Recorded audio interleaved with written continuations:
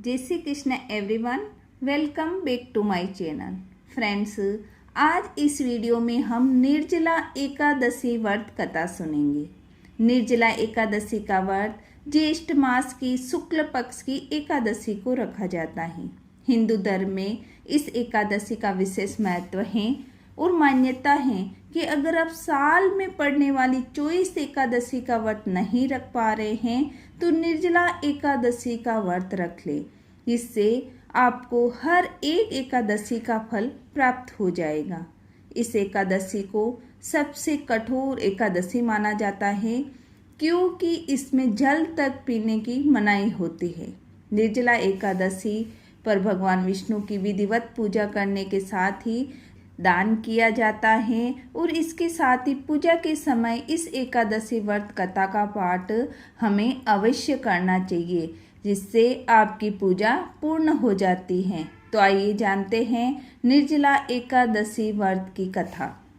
निर्जला एकादशी के महत्व के बारे में स्वयं भगवान कृष्ण ने युधिष्ठिर को बताया। उन्होंने निर्जला एकादशी के महत्व के बारे में परम धर्मात्मा सत्यवती नंदन व्यास जी को बताने को कहा था। तब व्यास जी कहने लगे, हर किसी को एकादशी का व्रत रखना चाहिए। इसके साथ ही एकादशी की दोनों पक्षों में भोजन नहीं करना चाहिए। इसके बाद द्वादशी को स्नान व पूजा करने के बाद ही भोजन ग्रहण करना चाहिए। तब भीमसेन व्यास जी से कहने लगे कि हे पितामह, भ्राता युधिष्ठिर, माता कुंती, द्रौपदी, अर्जुन, नकुल, सहदेव आदि सभी एकादशी को भोजन नहीं करते हैं और मुझे भी ऐसा करने के लिए कहते हैं, लेकिन मेरे लिए भूख सहना मुश्किल है। मैं भगवान की शक्ति पूजा करने के साथ ही दान देता हूँ, लेकिन भोजन के बिना नहीं रह सकता। इस पर व्यास जी कहते हैं कि हे भीमसेन, यदि तुम नरक को बुरा और स्वर्ग को अच्छा समझते हो तो प्रति मास की दोनों एकादशियों दोनों पक्षों में तुम अन्न मत खाया करो। भीमसेन कहने लगे कि हे पितामह, मैं तो पहले ही कह चुका हूँ कि मैं भूख सहन नहीं कर सकता।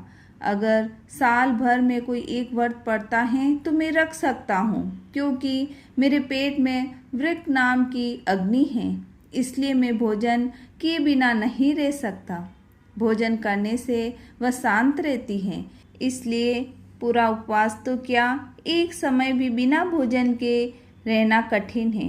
अतः मुझे कोई ऐसा व्रत बताइए जो साल में केवल एक बार ही करना पड़े और मुझे स्वर्ग की प्राप्ति हो जाए।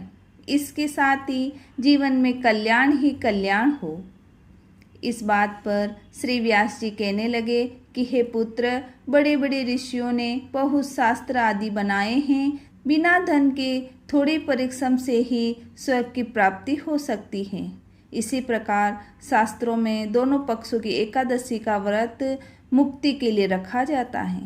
व्यास जी के वचन सुनकर भीमसेन नरक में जाने के नाम से भयभीत हो गए और कांप कर कहने लगे, अब क्या करूं?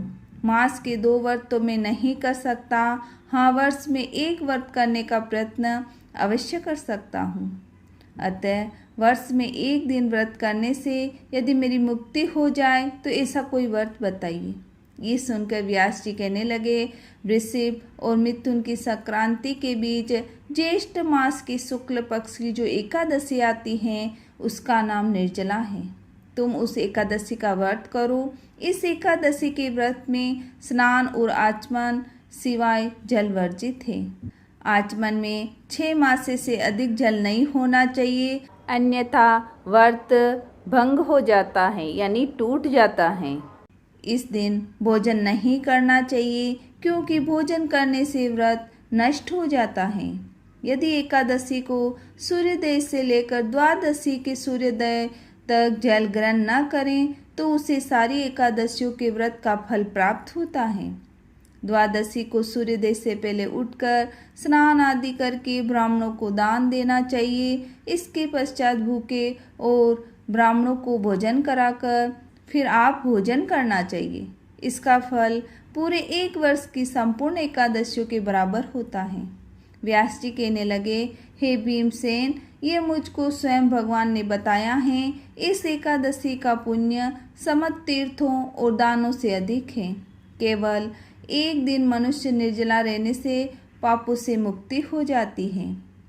जो मनुष्य निर्जला एकादशी का व्रत करते हैं उनकी मृत्यु के समय यमदूत आकर नहीं घेरते, बल्कि भगवान के पार्षद उन्हें पुष्पक विमान में बिठाकर स्वर्ग को ले जाते हैं। अतः संसार में सबसे श्रेष्ठ निर्जला एकादशी का व्रत है, इसलिए यत्न के साथ इस व्रत को करना चाहिए। उस दिन ओम नमो भगवते वासुदेवाय का मंत्र का उच्चारण करना चाहिए और गोदान करना चाहिए।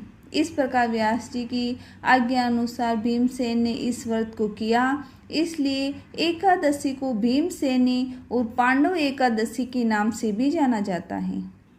निर्जला व्रत करने से पूर्व भगवान से प्रार्थना करें कि हे भगवान, आज मैं निर्जला व्रत करूँगा, दूसरे दिन भोजन करूँगा, मैं इस व्रत को श्रद्धा पूर्वक करूँगा, अतः आपकी कृपा से मेरे सब पाप नष्ट हो जाएं। इस दिन जल से भरा हुआ एक घड़ा वस्त्र से ढककर या स्वर्ण सहित दान करना चाहिए। जो मनुष्य इस व्रत को करते हैं उनको करोड़ फल सोने के दान का फल मिलता है, और जो इस दिन यज्ञ आदि करते हैं उनका फल तो वर्णन नहीं किया जा सकता। इस एकादशी के व्रत से मनुष्य विष्णु लोक को प्राप्त होता है। जो मनुष्य इस दिन अन्न खाते हैं वह चांडाल के समान होते हैं, वे अंत में नरक में जाते हैं। जिसने निर्जला एकादशी का व्रत किया है वह चाहे मद्यपान करता हो, हत्यारा हो, चोरी की हो या गुरु के साथ द्वेष किया हो, मगर इस व्रत के प्रभाव से स्वर्ग को जाता है। हे कुंती पुत्र, जो मनुष्य या स्त्री श्रद्धा पूर्वक इस व्रत को करते हैं उन्हें अग्रलिखित कर्म करने चाहिए। प्रथम भगवान का पूजन, फिर गोदान, ब्राह्मणों को मिष्टान दक्षिणा देनी चाहिए तथा जल से भरे कलश का दान अवश्य करना चाहिए। निर्जला के दिन अन्न, वस्त्र, जूते आदि का भी दान करना चाहिए। जो मनुष्य भक्ति पूर्वक इस कथा को पढ़ते हैं या सुनते हैं उन्हें निश्चय ही स्वर्ग की प्राप्ति होती है। एकादशी के दिन पूजा करने के बाद निर्जला एकादशी की ये कथा आप जरूर सुने। मेरे द्वारा सुनाई गई ये कथा अगर आपको अच्छी लगे तो वीडियो को लाइक करें, चैनल को सब्सक्राइब करें। मिलते हैं अगले वीडियो में। कथा सुनने के लिए आपका बहुत बहुत धन्यवाद।